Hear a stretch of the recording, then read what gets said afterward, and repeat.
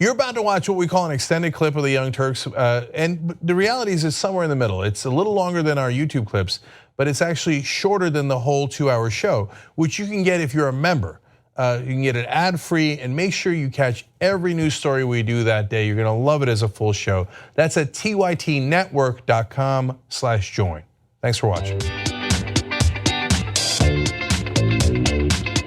The journal something later. Oh, well, that was a really abrupt entry back into the show, but this is it's Friday. We don't have any time. We got to do the show. But we've got a full power panel here for you. Before we get back into the news, though, I did want to remind you, if you have not already downloaded our app, which, by the way, is apparently doing incredibly well, it is available on iOS. You can also go to tyt.com/app to download it. And it is a good central point for member content, free content, audio, video, everything. And I've been getting some really good feedback about it on Twitter as well. I love it. I gotta be honest. I'm waiting for the Android release, but for those of you on iOS, which I understand is the vast majority of everybody, everybody seems to love it. And now that it's been out there and people have had a chance to use it, I would like you to tweet me at John Adarola what you like about the app, what you're using it for, how it's changing your ability to sort of consume our content. And maybe I'll read some of those tweets a little bit later on. With that said, though, let's jump back into the news. Donald Trump is off overseas at the G7, and our allies are doing what they can to diffuse this brewing trade war that he's gotten us into. Just to be clear, when I say our allies, I mean most of our allies, not his allies, since he doesn't seem to like most of them very much. In advance of the G7, he tweeted this: looking forward to straightening out unfair trade deals with the G7 countries. If it doesn't happen, we come out even better. How does that work? If that's the case, then why are you doing it, you nincompoop? But that's what he's going to say, of course. And he goes there and he punches Macron in the face and he punches Merkel in the face and all of that. There are people there, though, that he does like, or people he'd like to be there. So why don't we turn to one of his first requests at the G7, which you'll see here. We have a world to run. And in the G7, which used to be the G8, they threw Russia out. They should let Russia come back in, because we should have Russia at the negotiating table. Some might argue that they're already well represented there, but look, he would like to make it the G8 once again. I would like to just fill out the history of this if you're not familiar with how the numbers got moved around. Russia joined the group in the 1990s after emerging from the wreckage of the Soviet Union, making it the G8. But its armed intervention in neighboring Ukraine in 2014 and seizure of the Crimean Peninsula angered other major powers. The remaining members, led by President Barack Obama, expelled it in a sign of global resolve not to let international borders be redrawn by force. Mr. Trump offered no specific reasoning for why Russia should be let back in, even though it retains control of Crimea and has not adhered to an international agreement to end its intervention in eastern Ukraine. So there's more to what he's doing at the G7, but his first big request is to expand its roster slightly. So I just wanted to add a little bit more context, and this is actually news that we talked about on yesterday's show. So Putin was recently addressing the people of Russia, and he also was essentially addressing other countries internationally for being allies of the United States. And so he essentially poked fun or taunted US allies for doing business with the United States and said something along the lines of, what did I tell you? You do business with the United States, what are you gonna get? You get these tariffs, which he likened to sanctions. So he's been criticizing the United States pretty aggressively, and to me, what it does is it messages that Trump is the perfect candidate, or the perfect president, I should say, for someone like Putin, who really wants to dominate the world stage and wants to kind of get the upper hand over the United States, right? It's pretty easy to get the upper hand over Donald Trump. Exactly right. And now we have Trump saying, like, Russia should be at the table. I don't know why he adds an R at the end of Russia. But anyway. What's interesting is that, well, first of all, we have imposed sanctions. We are currently in a policy of sanctions by his own administration, by his own Treasury Secretary, who announced this back in April. We have expanded our sanctions against Russia. So he didn't get that memo. Okay, if you didn't read it, whatever. I just want to go back to the fact that he was concerned about deals with the G7 countries, because that implies to me that he did not realize that we are technically one of the 7 countries in the G7. That's just a math thing, but there's actually a G6, if he's being accurate about the countries with which he is invoking trade wars, which is all of them. That's right. The ministers of finance, the treasury secretaries and so forth from the G7 met before this meeting. This is the leaders. Before that, the financial leaders met, and 6 out of 7 of them, the 7th being us, basically were opposed to all of the trade wars that Trump has started, that they have retaliated against, and that will continue to spiral upward. Every single one of them declared in some manner that it feels like the G6 plus 1. Yeah. Yeah, I want to talk more about the odd relationship between us and our allies versus Trump and those who are not our natural allies. But John McCain actually put out a statement about this announcement that Trump put out, and it talks a little bit about that. So I want to read an excerpt from his press release. John McCain said, Vladimir Putin chose to make Russia unworthy of membership in the G8 by invading Ukraine and annexing Crimea. Nothing he has done since then has changed that most obvious fact. Every day, Russian-led separatist forces are killing Ukrainians in the Donbass. Every day, Putin's forces are helping the Assad regime slaughter the Syrian people. And every day, through assassination, cyber attacks, and malign influence, Russia is assaulting democratic institutions all over the world. The president has inexplicably shown our adversaries the deference and esteem that should be reserved for our closest allies. Those nations that share our values and have sacrificed alongside us for decades are being treated with contempt. And it is interesting, really fast. It's interesting that, like, in his talks with Trudeau recently, or Macron, or Merkel, who he doesn't seem to have liked even as much as he liked them, like these people who are natural allies, naturally he goes after and he attacks. The people who are authoritarian leaders around the world, as Bernie Sanders pointed out recently, he just feels this natural kinship for. And you might say, well, they're flattering him. But the thing is, as Anna pointed out, I mean, Russia was recently sort of taunting Trump over his trade problems with his allies. And that leads to him wanting them to join the G7 to make it the G8. But when he just had a contentious talk with Macron over trade, he got pissed at him. When he talked with Trudeau and he didn't like the criticism, he got pissed at him.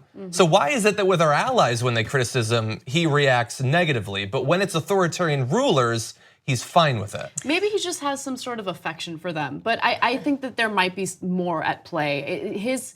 And also, considering the fact that he's in the middle of this investigation, which he can't stop himself from tweeting about, it's probably not a great idea. As Emma said during the break, it's not a good idea for you to, out of nowhere, mention that Russia should be involved, in this group of allies, that it should be the G8 again. It's kind of insane. Yeah, he doesn't really have the mental block to know, wait, they're in the news cycle, they're talking about how I'm in Putin's back pocket. Maybe I shouldn't, out of nowhere, unprompted, with no policy position behind it, say that Russia should be back into the G8, make it the G8 again. But just a side note about John McCain, I wish that he would hold the United States to the same standard that he holds other countries to. He's not making the same argument that the United States should be expelled from the G7 because we are currently helping the Saudi blockade in Yemen, et cetera. So I just want to take John McCain's comments with a grain of salt, because often it's just ramping us up towards more war, more aggression, et cetera. And he often doesn't have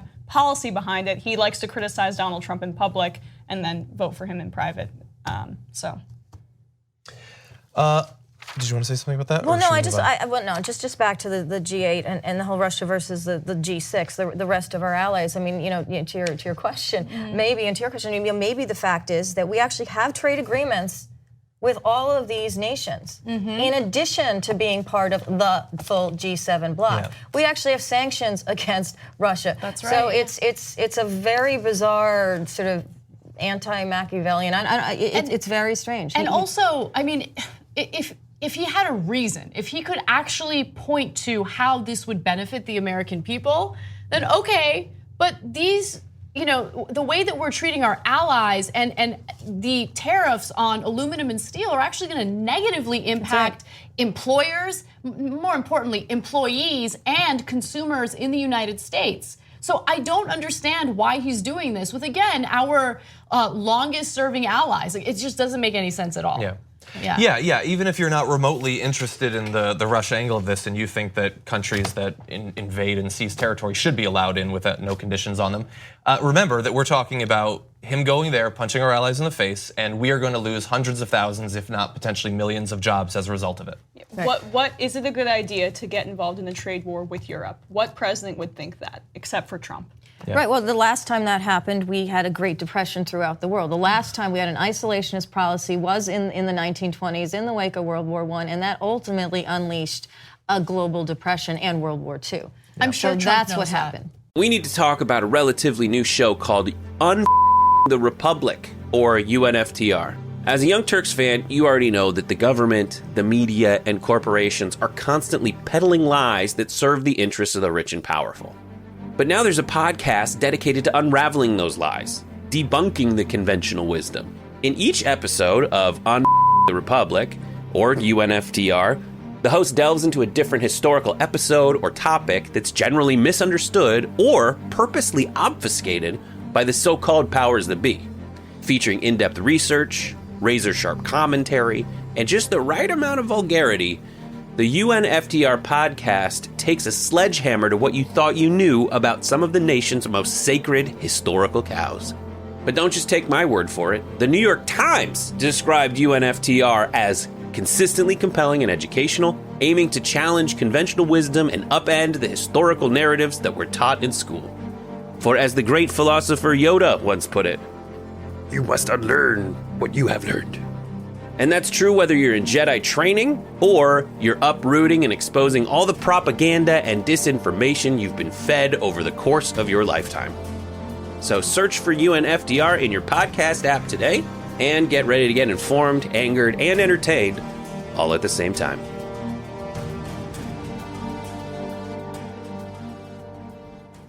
Okay, I'm sure he studied that. Yeah. He studied that. He's a well-versed historian, the best historian. And he can count. Tremendous historian. Okay, let's turn to a different topic right now. Trump, we all know that Trump doesn't like leakers. He doesn't like the leaking, and he said that he's going to do something about it. Well, it looks like we've entered a new phase of that, with the Justice Department cracking down on a suspected leaker. A former aide to the Senate Intelligence Committee was arrested for allegedly lying to the FBI about communications with a New York Times reporter, that is, as this graphic is saying, James A. Wolfe, charged with lying repeatedly to investigators about his contacts with 3 separate reporters. According to the authorities, Mr. Wolfe made false statements to the FBI about providing 2 of them with sensitive information related to the committee's work. He denied to investigators that he ever gave classified material to journalists. The seizure was disclosed in a letter to the Times reporter Ali Watkins, who had been in a 3-year relationship with Mr. Wolfe. And we have some more details about how exactly this relationship between Wolfe and these journalists went down. Court documents describe Mr. Wolfe's communications with actually 4 reporters, including Ms. Watkins, using encrypted messaging applications that either aren't as encrypted as we thought they were, or he wasn't using them properly. It appeared that the FBI was investigating how Mrs. Watkins learned that Russian spies in 2013 had tried to recruit Carter Page, a former Trump foreign policy advisor. She published an article for BuzzFeed News about that, about the attempted recruitment of Mr. Page, in which she confirmed the contacts. FBI agents initially approached Ms. Watkins about the relationship she had with Mr. Wolfe, saying they were investigating unauthorized leaks. The Justice Department told her in a letter sent in February that her records had been seized. But that is the relationship that we have the most details about, but it was not the only one. In another case, the indictment said Mr. Wolfe used an encrypted messaging app to alert another reporter in October 2017 that he had served Mr. Page with a subpoena to testify before the committee. And that same month, Mr. Wolfe reached out to a third reporter on the same unidentified app to offer to serve as an unnamed source, according to documents. So there's still more for us to learn about this. We'll have a little bit more later on. But understand that they apparently several months ago seized all these communications from the Times reporter, which is not necessarily unprecedented in recent history coming out of the White House. But it is a ramping up of this war against leaking. War against whistleblowers that President Obama started. I mean, President Obama was way more aggressive against whistleblowers than Bush ever was. It was one of the most disappointing aspects of President Obama's tenure as president. And now, according to the New York Times, Jeff Sessions and the Justice Department under Donald Trump are doing 3 times as many as Obama was at the end of his term. So this is a bipartisan war on whistleblowers, and they're an easy target because they had this weird relationship, I guess, a relationship between the journalist and the leaker. So it makes it easier for Jeff Sessions to go after them. It's not, it's not Edward Snowden, it's not Chelsea Manning. This isn't a case that involves major policy implications, but it is indicative of a larger trend that I think is bipartisan and a little bit troubling to me. Yeah, yesterday we were talking about how ICE officials have contracted with a company to do widespread surveillance in the United States, in an effort to catch undocumented immigrants. But it gives them a lot of, just a broad power. And when we were talking about that story, I made the argument, and the same argument applies here, that when you're a Democrat who got elected as president and you lay the groundwork or you expand your powers to do this type of stuff, to do this type of behavior, well then who's to say that the person who gets elected after you, who might actually be a terrible person, wouldn't use that to his advantage and expand it even further? And that's what we're gonna get with the Trump administration. Of course they're gonna go after whistleblowers and leakers aggressively, especially in this administration where there has been at least 1 leak a day in regard to what the administration is doing behind the scenes. Right, and it's also it's a war with the press. I mean, it's a war with reporters and it's a war with whistleblowers, and it is something that obviously they're very comfortable doing. And I think the fact that they've only started and they're already like well beyond the sort of amounts of the Obama administration is very telling for what's going to happen going forward. It's where there's a retaining of sort of power to restrict effectively the First Amendment. Yeah, right? Yeah. I guess in a very real sense, I would consider us lucky that they haven't done more since, considering how many times he promised during the campaign to, to tighten the libel laws and all of that, and his obviously lifelong hatred for the media, at least the media that's not currently talking to him and about him in the way that he wants. But the depressing thing is the particular type of leak that we had here. So it had to do with Carter Page, which means that this person was leaking to provide information about some of the nefarious elements of Donald Trump's campaign, which means that we can be sure that the right wing is not going to say a peep about this. And they're not going to care about it because they don't want those leaks to happen. And it scares me that our country, so much of the media and those who comment on these sort of things have broken up into 2 groups where it's either you will report on it only if it's Donald Trump, and you won't mention that up until like the early part of his second term, Obama had done some things like this. He didn't do it in the later part of his second term, but he still did do it at one point. We acknowledge that. Some people will only talk about Donald Trump's offense and not acknowledge the historical precedent for it, and some will only mention this as a route to do a what about Obama thing. That's such a good point. Insane. Yeah. We have to acknowledge both, and we have to keep right. both accountable. That's right. I think you're so right, and I remember, the treatment toward Edward Snowden or the treatment toward Chelsea Manning under Obama's watch was hideous, and it was something that we talked about on a regular basis. And this is not a partisan issue. If you genuinely care about the Constitution and the First Amendment, then you can't be disingenuous and be one-sided in your coverage or in your outrage about it, right? So if you're outraged under the Obama administration, you should be as equally outraged right now considering what the Trump administration is doing.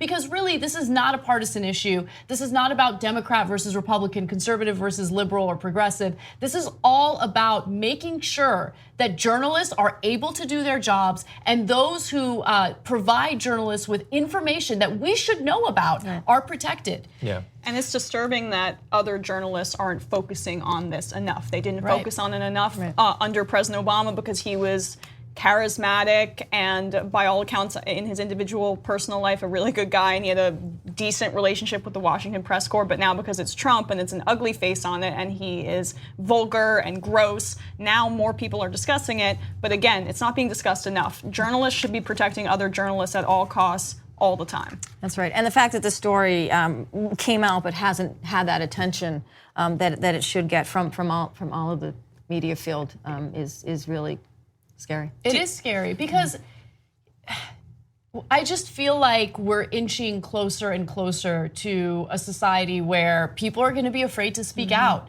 The whole point, and by the way, the assault on journalists during the Trump administration so far has been pretty transparent. I mean, he's talked about taking credentials away from people who criticize him or write about him in a critical way. And by the way, we're talking about establishment media outlets like the Washington Post and the New York Times. They don't go out of their way, at least traditionally, to tear politicians apart. Usually they try to be as friendly as possible because they want access to that person. I mean, if we start tearing down news organizations like that, imagine what would happen to independent news organizations who actually do very aggressively criticize someone like Trump.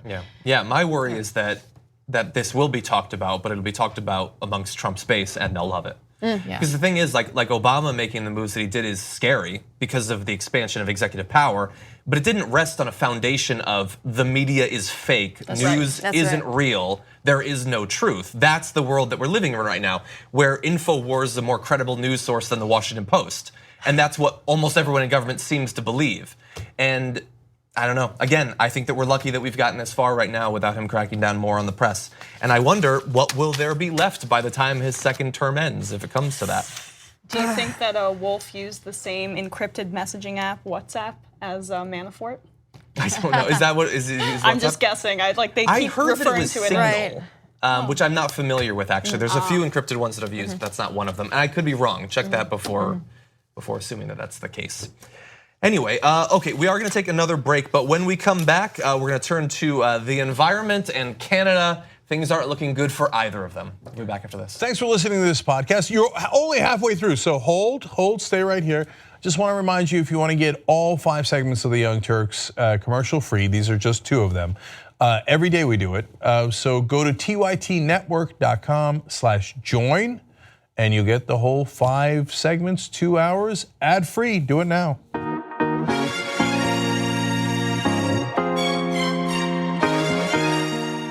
Oh, hey everyone. Is it time to drop it?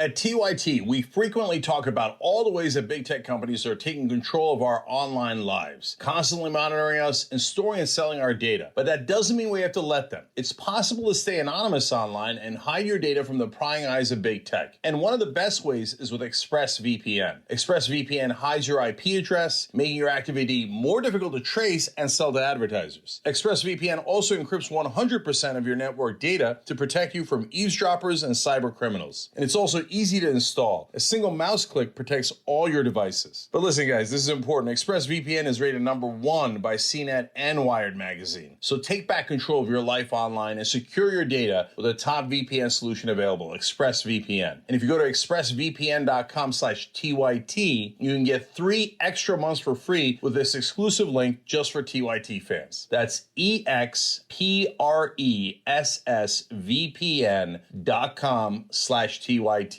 Check it out today.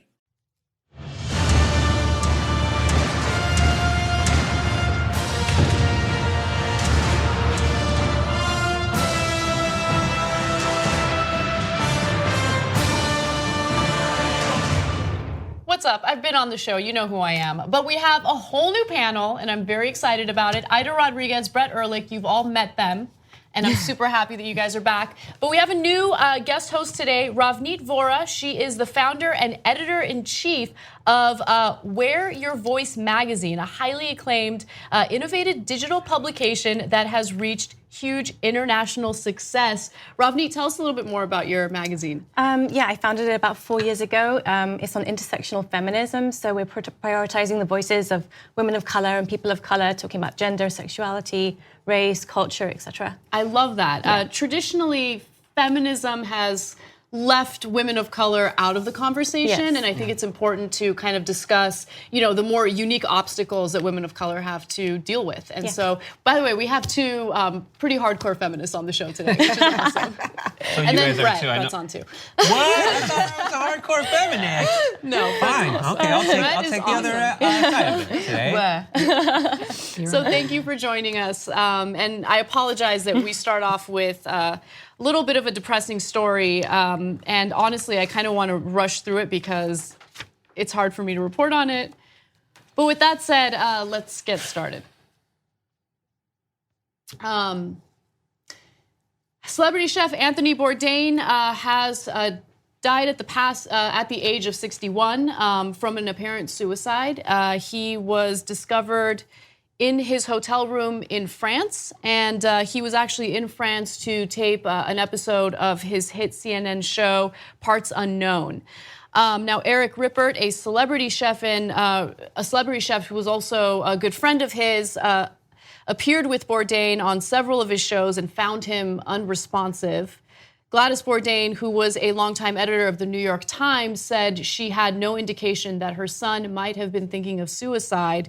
She said, he is absolutely the last person in the world I would have ever dreamed would do something like this. And that was the reaction of a lot of people, although those who were extremely close to him said that it did seem as though things were a little off. And you know, before we get into more details about this story, I just really want to emphasize for anyone who's watching, anyone who might be struggling with mental health issues, depression, anxiety, please, please, please get help. Please get help. You're not alone. A lot of people all over the world are suffering from this as well. And there is the National Suicide Prevention Lifeline. If you want to call and get help, it's 1-800-273-8255.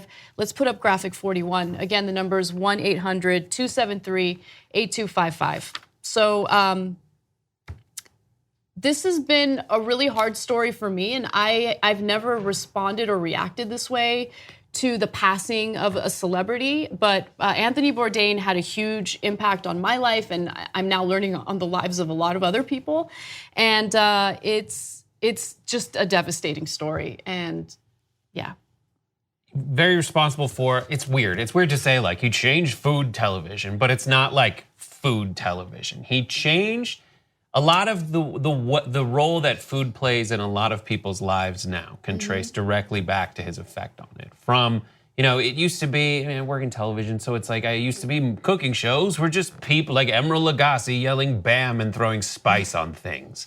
But I can't even look at, and he changed it. He added a voice, a personal relationship with not just the food, but the chefs, the people behind it, and culture. Part of culture is food, right? But he brought other parts of culture into the discussion of food and brought food into the other parts of the discussion of culture. And I know, and we do the Happy Half Hours, a new show that was on today, and there's one segment in particular where I'm doing an impression. Like that sucks. Like I'm doing an impression of like how he talks about food. I'm talking about drinks, and it's weird, but it's just really intense, and it's so unexpected. It is. It's a guy walking around like talking about sea urchin. But then that's how suicide plays out. It's never really anything that anyone expects. And for me, it was so shocking because we're in 1 week we've had 2 deaths amongst in white communities with privilege, with access, with healthcare. And now I just want to think about the fact that what's happening in our marginalized communities and what is being unseen. And I know, being from a South Asian community and talking on behalf of the Black and brown community as a whole, we have a lot of stigma around mental health. Yes. And we don't get the help we need because we're always told to sort of be more positive, back up, you can get through it, push through. But really, it's such a huge health issue. But accessibility is one of the biggest things in the Black and brown community. How are we going to help them push through? Because these were people with privilege. Yeah, they had everything. And yet, they had to go in this way. So 2 things that I want to mention that I think need to be discussed, and it needs to be a little more widespread. First of all, everyone keeps talking about, oh my God, this is so unexpected. And same with Kate Spade, her life seems so perfect. Anthony Bourdain, his life seems so perfect. He had it all. How could this happen? I really want to emphasize that people's public lives and what you see on social media is not representative of what is really happening in their lives. It's just not. I remember in 2016, just going back to what you said about stigma, 2016 was a very difficult time for me personally, and it was the first time I dealt with depression and severe anxiety, and I opened up about it on the show. And I did not expect people to respond to me with gratitude because of the stigma. I get attacked all the time, so I kind of share things about myself without caring what other people are gonna think, without worrying about stigma. That is my privilege, not having that worry. But I had no idea that people felt like they couldn't talk about their mental health issues, that they couldn't open up and seek the help that they need because they were worried they would be stigmatized. Yeah. Please don't worry about that stigma. We need to have open conversations about depression. A lot of people suffer from it, and it doesn't matter how successful someone is or how perfect someone's life appears to be. People have real struggles behind the scenes. Or how funny people are. So I suffer from depression, and I suffer from clinical depression, not, my mom has a clinical depression, and when I talk about it, to me, it was a really sad story to read. It's specifically about because of the times that we're in. There's so many people who have the spotlight that are using it to divide us. And when we lose someone who actually uses their platform to unite us and to highlight our differences as positives, it really does feel like a loss because, all the headlines are always like Democrats and Republicans, and it's become so fashionable from everybody to just say, I belong to this group, that group is wrong. Just to have people like this who are allies to people from our Black and brown communities that go highlight, our culture and say, this is great, food brings us together, so I'm a little bit shook by it. I've been having my own bout of depression, and I'll tell you, as a stand-up comedian, people don't ever think that we are depressed, and we are some of the most depressed people on the planet, which is why we choose to make people laugh, because that makes us feel better. But, money, fame, like his mom talked about him, and she said he had so much money and he was so successful. Those don't fill the void that you feel when you have mental illness and the stigma it is. I remember telling my mom that I felt depressed, and she would say, "You're not crazy. Don't say that. You're not crazy. There's nothing wrong with you. Like, snap out of it. It's chemical, and it's not something that I can snap out of, and it's something that sometimes makes me not want to get out of bed. And I've been on this show and been depressed, and people are like looking and saying, "What's wrong with Ida? Why is her hair not combed?" It's because I had to struggle to get out of bed, and just being here with you guys will keep me going just another moment. So I will say to you, Black and brown young people, and I'm speaking to everyone, but specifically those of us who come from those communities where people tell you that it's something you can just get over, that you can just snap out of, and you're dealing with issues, go outside of your village if you need to, and go find the help that you need, because there are a lot of measures out there to help you, and it doesn't always have to be medication, Right, yeah.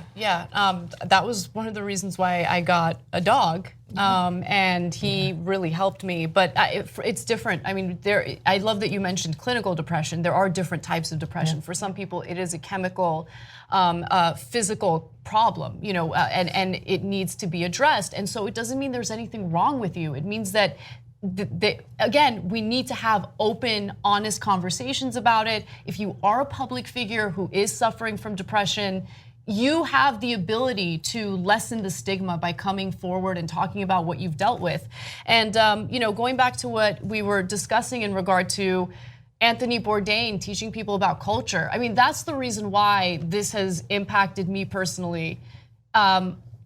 I didn't know anything about Anthony Bourdain until about 2017. 2007. 2007. At that time, I was fresh out of college, had no interest in the world around me. And what I mean by that is I thought, LA is the best place in the world. Why would I want to go anywhere else? I hadn't traveled out of the country yet. And one of my good friends was about to go to Europe, and she invited me. I said, no. Why would I spend money to go anywhere else? I love it here. And at that time, I started watching Bordain, and he sparked this curiosity in me. And just seeing him share other cultures and how beautiful the world around us really is. I mean, I was obsessed with his show. At that time, he hosted a show called No Reservations on the Travel Channel.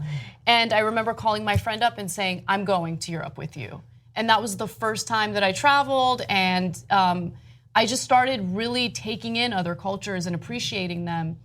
I wanted to share a video of Anthony Bourdain. This is one of his more recent episodes on CNN. I'm Armenian, so naturally, this was an episode that meant a lot to me personally. And so here is his recent trip to Armenia.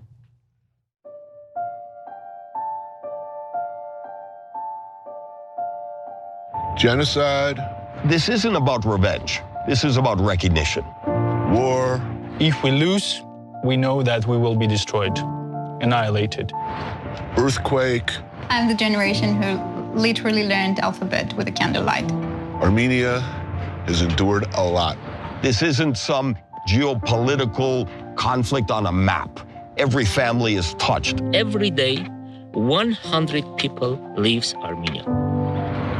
But it remains a place that millions of diaspora Armenians are very, very sentimental about. I myself, I will never leave Armenia. I was born in Armenia and I will die in Armenia.